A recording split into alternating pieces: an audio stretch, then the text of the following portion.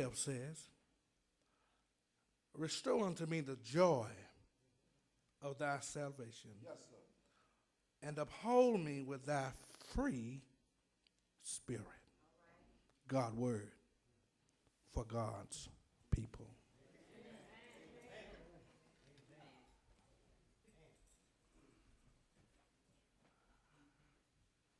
Give me back my joy. All right, preacher. All right. Give me back my Yes, sir. Preacher. give me back my joy. I've been blessed to go a lot of places in my 51 years, soon to be 52 years. And I have run up on some mean folk. I have run up on some trifling folk. Yes, sir. Yes, sir. Preacher. I have run up on some folk who really, the truth be told, need to hell knocked out of it. Preacher. Preacher. Yes, sir. But the only reason I don't do it, because God has given me some joy. All right, preacher. All right.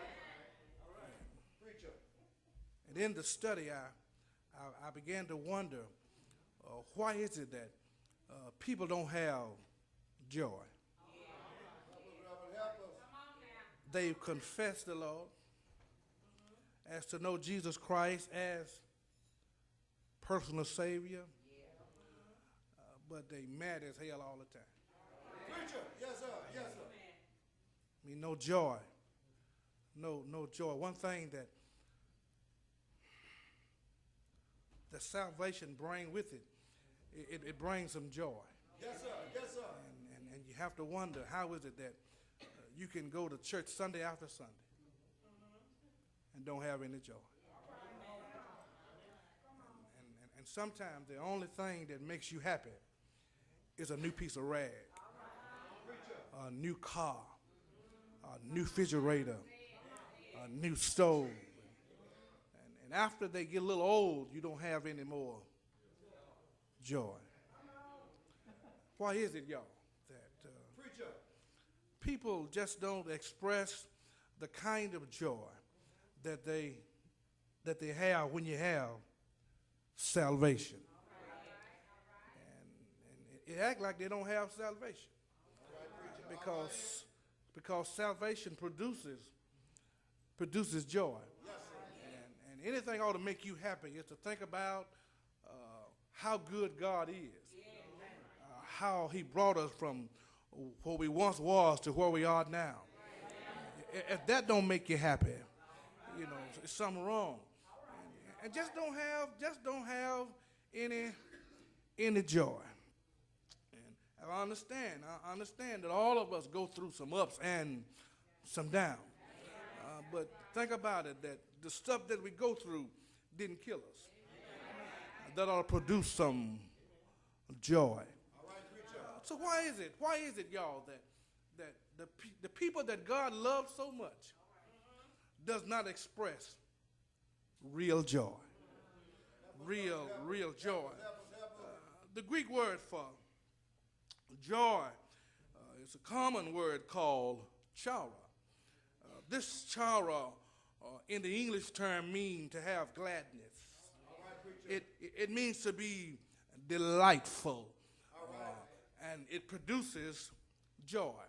But now another word that is closely related to chara, which is charos, which means grace.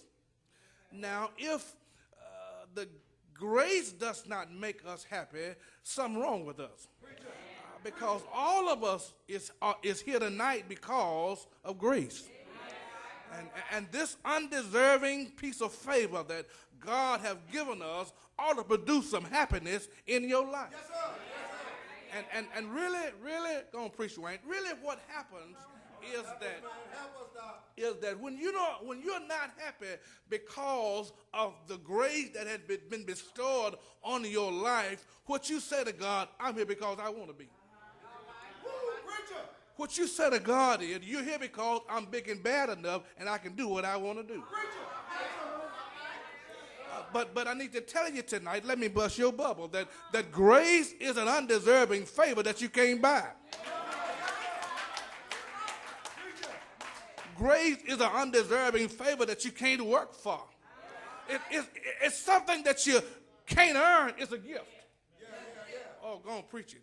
Yeah. But also, there's another word that is related to charad, which is charisma, which means a gift. Now, it looked like that when you discover that you are here by grace, and that the grace is a gift of God, that all shown up make us happy. Help me, somebody. Yeah. It just looked like that grace and gift ought to produce some joy in your life and mine.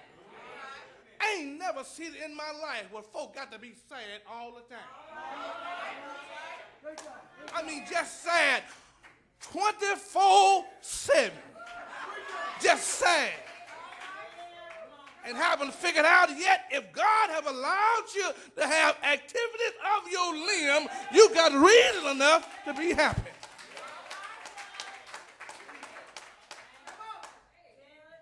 Now, this gift and grace, this gift and joy, they're kinfolk. That means you can't have the gift without having the joy. And then you can't have the joy without having the gift. Because they are kinfolk. It looked like they rubbed shoulders together and they said, I want to bless my people, but they got to express both of them. Let me put it in your lap a little bit better. If somebody walks up to you and give you a penny, you'll say, oh, Or you might throw it back in their face. But if somebody give you $100, you might say, well, that's pretty nice. But if somebody give you a new house, you'll shout out of your clothes. And what I mean is sometimes we express joy depending upon how big the gift is. And the reason that we ought to be able to express some joy is because we have already been given the greatest gift, which is in Jesus Christ. Somebody ought to clap their hands. Why? Why is it though? Why is it that we lose our joy? Now, rest assured, you can't lose nothing you ain't never had.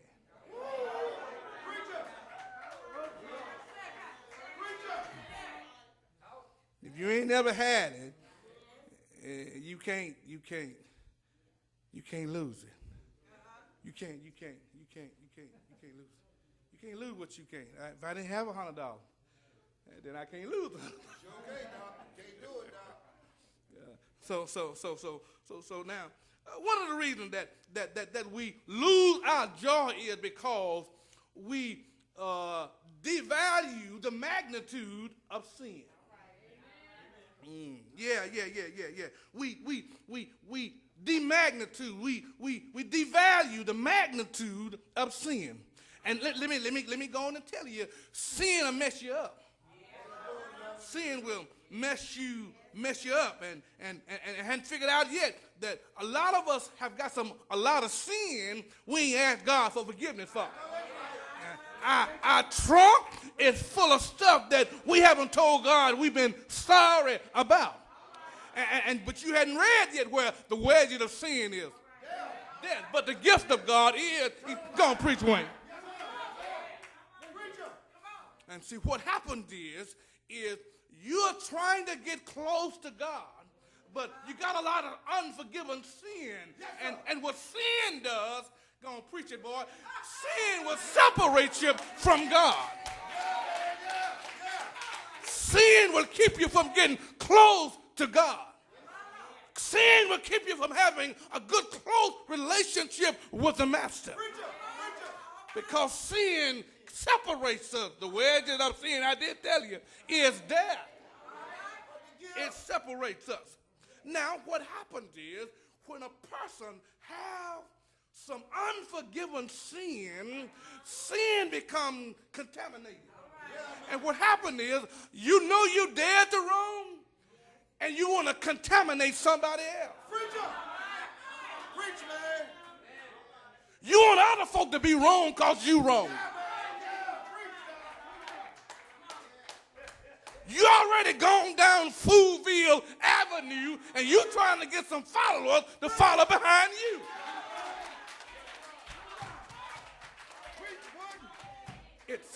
It contaminates. It contaminates. Matter of fact, I'm going to go and tell you, and I'm going to say it because I already know. I was here for a few years. Yeah. I know I didn't pastor everybody. Somebody else pastored some of y'all, and because you was contaminated by somebody else. Help me, somebody. Preacher.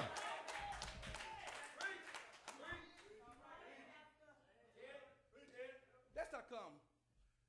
Y'all know better than get me up in here. That's how come you got a lot of little churches in the church.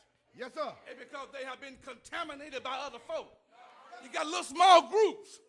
This group want to do this group want to do that. Just contaminated, and the church ain't going nowhere.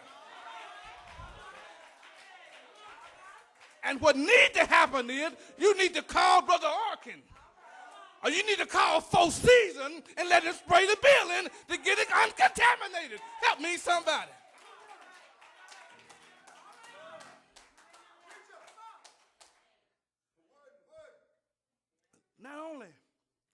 Not only does sin contaminate, one thing I really love about my wife is that she has to deal with a lot of folk. And I know some folk cut up. I know some folk that ain't right over there.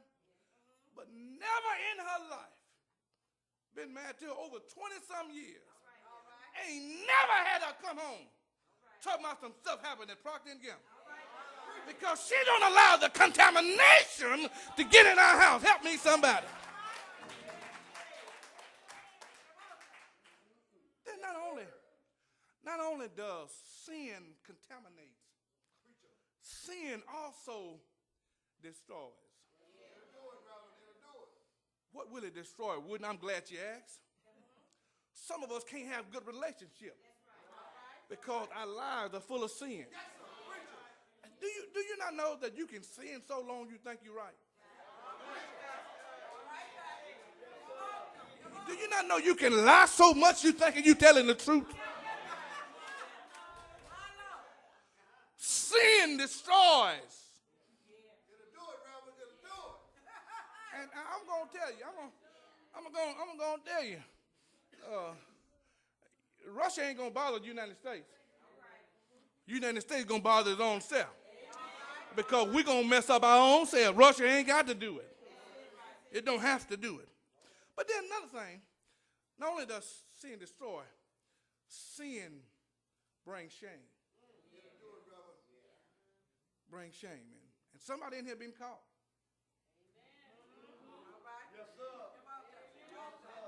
Somebody been caught. Somebody done been walked up and put their hand on you and caught you dead to wrong. And made you ashamed of yourself. But you know what I discovered? When the church brings shame to the community, you bring shame to the kingdom of God.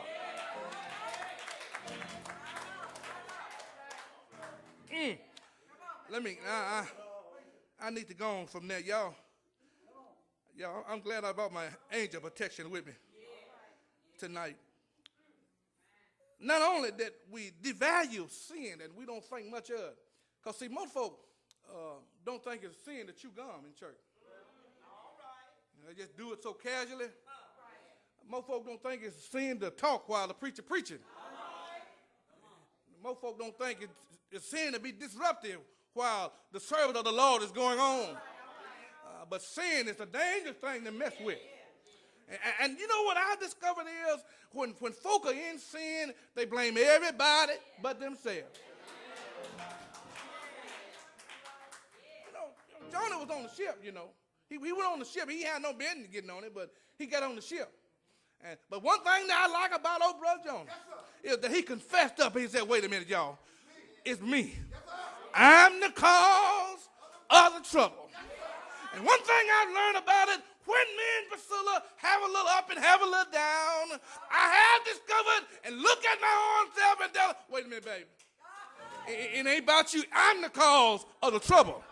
And when you learn how to fess up and tell somebody, I'm the cause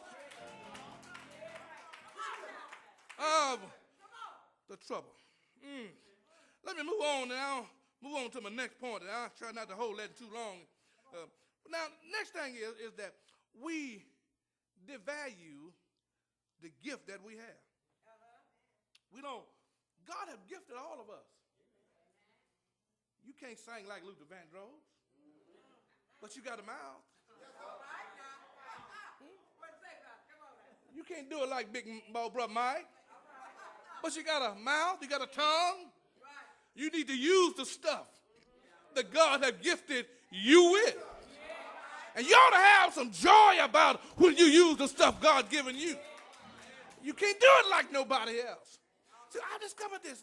You can't do it like that, because when you try to be like somebody else, you're not allowing God to allow your gift to grow. You don't allow God to let you be used for who you are. Matter of fact, you're not the person you're trying to be like. Number two is you certainly not you. You can't do them roles like Luther. You can't handle it like Luther. You got to learn how to do you. And we devalue that. Sometimes we think more of a new job than we do the Lord. Think more of a new car than we do the master. Think more of a new house, a new furniture in the house than we do the Lord. Help me, somebody. Think more of a husband. Think more of a wife. I love my children. I love my wife. But Jesus is number one. Help me, somebody.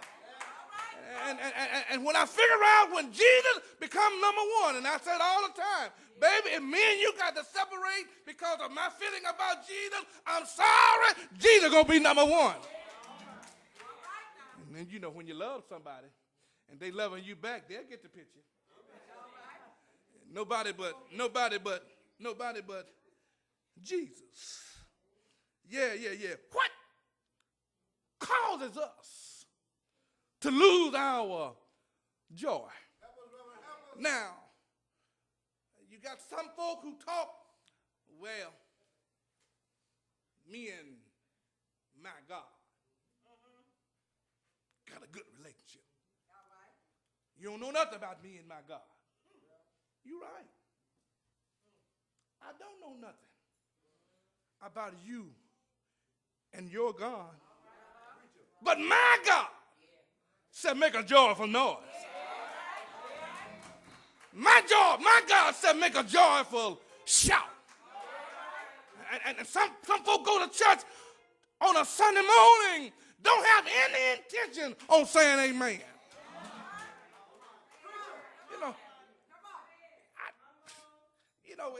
It's and you. Let me go and tell you, you live in a dangerous territory. Because when you're so mad, when you're so upset that you don't even want to say amen, you might well stay at the house. What you said? When you're so upset that you don't plan on participating in the service, you might as well stay at the house, because your coming was in vain. You know, well, Reverend, you don't know what I've been through. You right? I don't know what you've been through. But I know if you want to spell relief, it's Jesus. And the best way to get some Jesus is come to the house of the Lord. But then you got those who won't participate in the service of the Lord, but they claim they're soldiers. Now, it's dangerous to be in war and don't participate in the war. I'm preaching.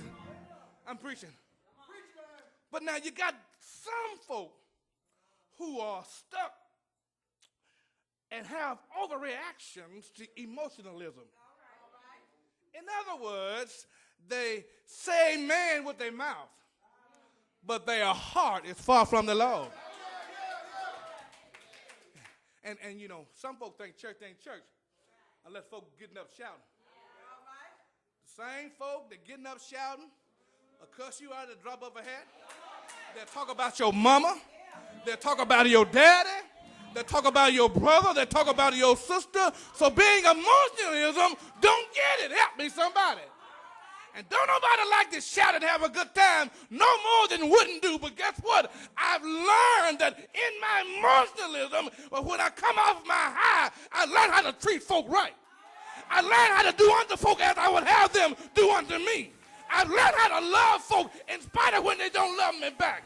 I've learned how to give even when folk won't give back to me. Help me, somebody.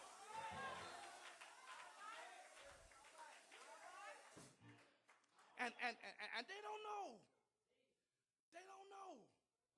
You living on dangerous water when you want to be emotional all the time and don't get no word in you. You see, some folk, they're emotional, but ain't got no word. It's because when you get emotional and then you get off your high, when folk talk about you, you'll come back. Huh?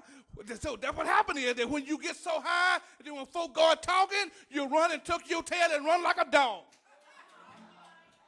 But when you got some word in you, you'll stick it out. You'll stay the course when you got some word.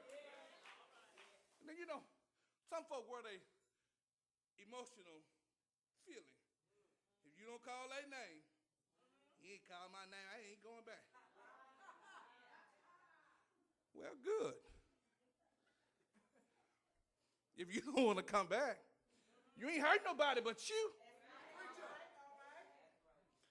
You ain't read where it said wherever there are two or three.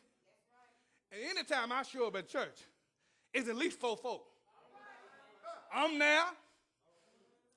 Jesus there. God is there.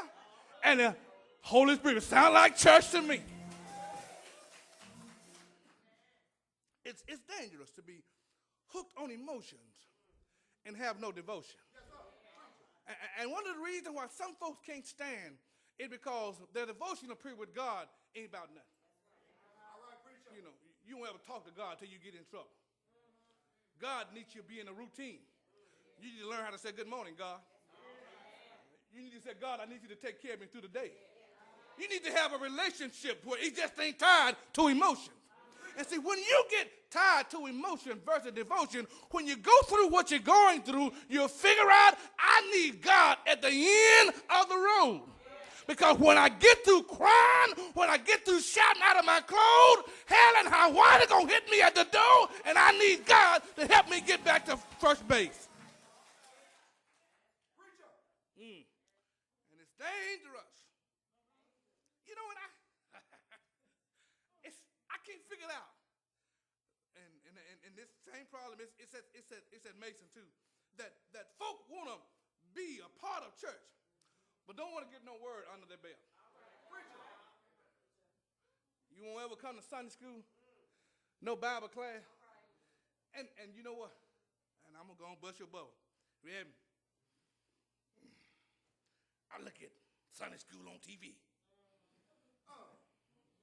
I get the word on TV. Well then, you need to make them your pastor. I know that's right. Yeah. Boy, I told y'all, I got to quit now. I've been here long. I've been here too long. When people have real joy in their life, I don't care what you do to them. They just keep on trucking.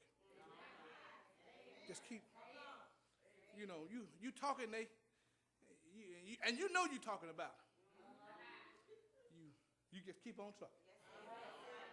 And you know they talking and you know they talking. But see, one of the ways to really get folk, just in case that some of y'all gotta get your attitude, one of the ways to get folk when you know they talking is to speak to them how you doing. One of the ways to get folk is love them in spite of themselves. One of the best ways to get smile, and they know they talking, go on smile. You might be crying on the inside, but you ain't got to let them know you're crying. Go on smile.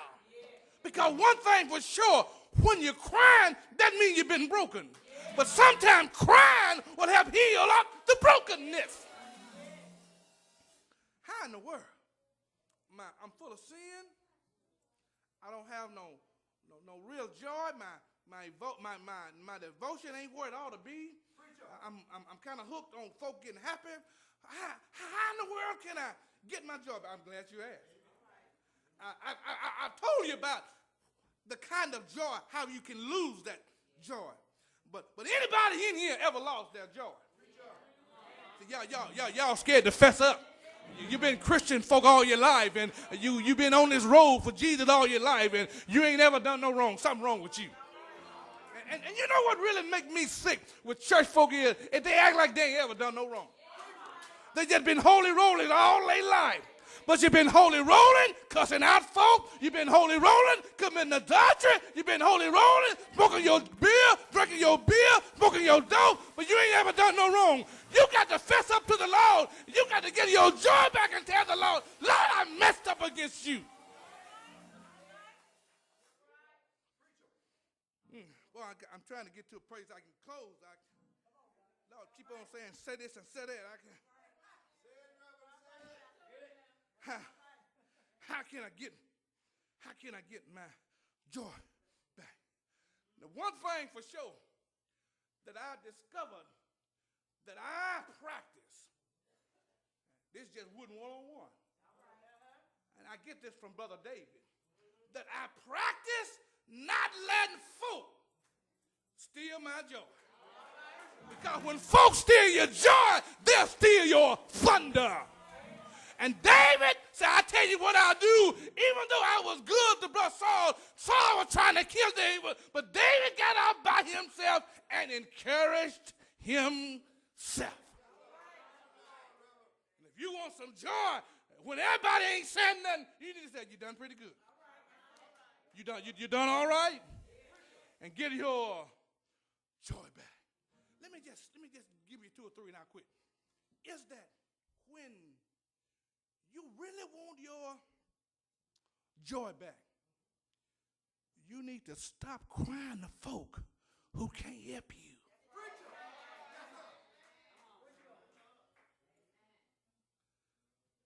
You think more of folk than you do the Lord. But you need to stop telling folk about your business. And you need to tell the Lord. And you need to look back to verse 1 where David said, I cried to the Lord. I cried, Lord, have mercy on me.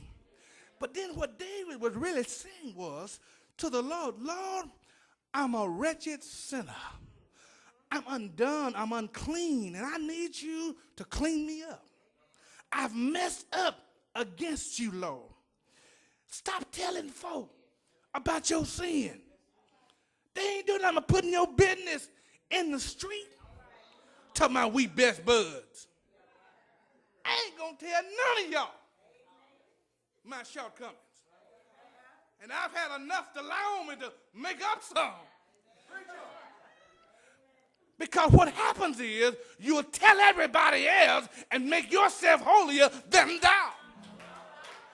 But you got to cry. You got to cry to the Lord, Lord. Have mercy. It's right there. Psalm 51, right in 1. It's right there. I ain't making it up. You got to cry to the Lord. And then what you gonna tell him? You got to stop pretending that you all that. If the wind blow, you'll fall. But you pretending you so strong. Pretending you got all this. all of us need BA degrees. And I admit some folk ain't got it yet. But you got to confess and tell the Lord, here I am.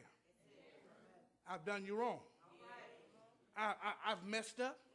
And see, what happens is, one of the whys why people don't have good relationship in your community is because they've done one another wrong. And nobody been man or woman enough to fess. To say, I've done you. I've done you. I've done you wrong. And then you know when you tell God you've done him wrong, you got to go on and plead your case. Tell the Lord, wash me. Clean me up. And see, most of us have been through enough stuff that we ought to be taken off the scene. But God been in the washing business. He's been washing us not from the outside in, but from the inside out. And see, if you can testify, you don't look like what you've been through. No. You don't look like what you've been through. We've been through enough stuff that we ought to be dead, ought to be in Western State. But God has been washing us. Washing us. And when God washes you, you're going to be clean. But you got to let God wash you. Then, God, you got to look on down there where it says, created me. You got to be willing to allow God to do a makeover in you. You sick and tired of the way you are? Let me just go and roll the house here. Anybody ever been sick and tired of the way they was? They gonna raise my hand. But see, when and now if you know you sick and tired, watch this. When you know you sick and tired, you know somebody else sick and tired too. When you get sick of you, you know somebody already been a long time sick of you. But you got to tell the Lord, create in me a clean heart. And then some of our spirits so jacked up. Jacked up spirits. You don't know who you are at times. Matter of fact, when you don't know who you are, somebody else don't know who you are.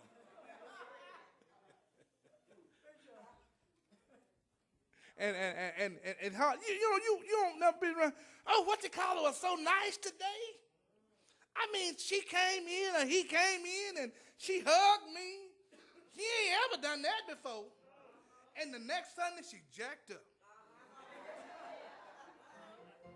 Didn't speak, didn't hug, didn't even smile. You done lost your joy again. I gotta quit. I'm gonna quit. I'm gonna quit. Now, let me move to a close because I can deal with it a long time, but I need to move. One of the last pieces is I want to give you tonight, and I'll just quit, is that when you cried to the Lord and you confessed, Lord, I'm a sinner, and I need my joy back.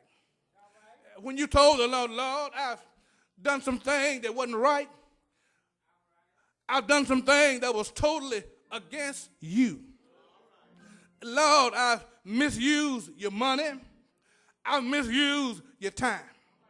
But Lord, I need some joy. In other words, what you're saying is, Lord, I'm miserable without you. I can't get along with my wife.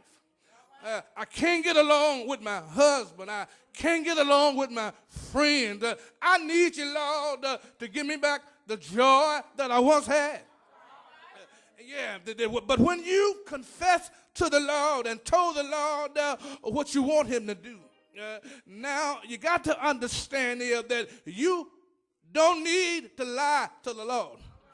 You need to tell the Lord the low down, dirty truth. Help me, somebody.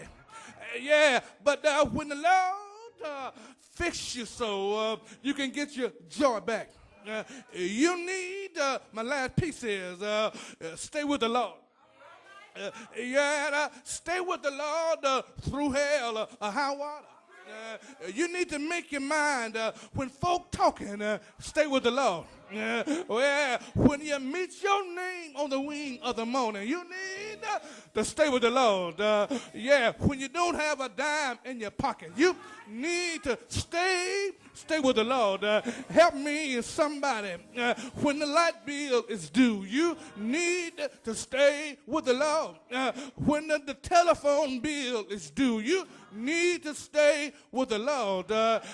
Because when you stay with the Lord will come see about you. Can I get a witness? I'm glad now that I've decided to hold on to the Lord. My friends have let me down. Friends have walked off and left me. But I decided to hold on to the Lord. Can I get a witness? And I got good reason to hold on to the Lord. Because one Friday evening, look at Jesus. Anybody know he died? But he didn't stay dead. Died a rugged death, but he didn't stay dead. Died a hard death, but he didn't stay dead. Early, somebody shout early. Early, go on, preach, Wayne. Early, Sunday morning, he got up with all power. Somebody shout power. Power to walk right, power to talk right, loving power, redeeming power, forgiving power, all power. Come on, shout power, power, all power, power, power. Anybody got it in him? Ain't he all right? Ain't he all right? Ain't he all right? Ain't he all right? All right. All right. All right.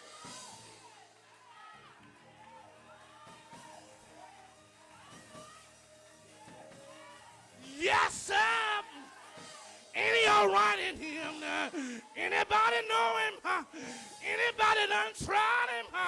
Won't God make a way out of no way? Yeah. Yeah. I can't help it in him. Yeah. Yeah. Yeah. Yeah, Lord.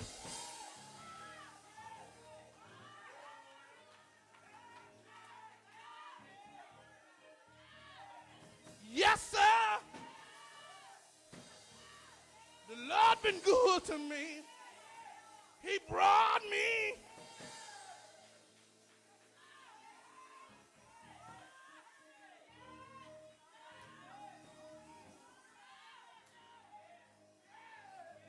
Yes, sir. You don't know like I know what the Lord done for me. Pick me up, turn me around, turn me around, turn me around, turn me around, all around.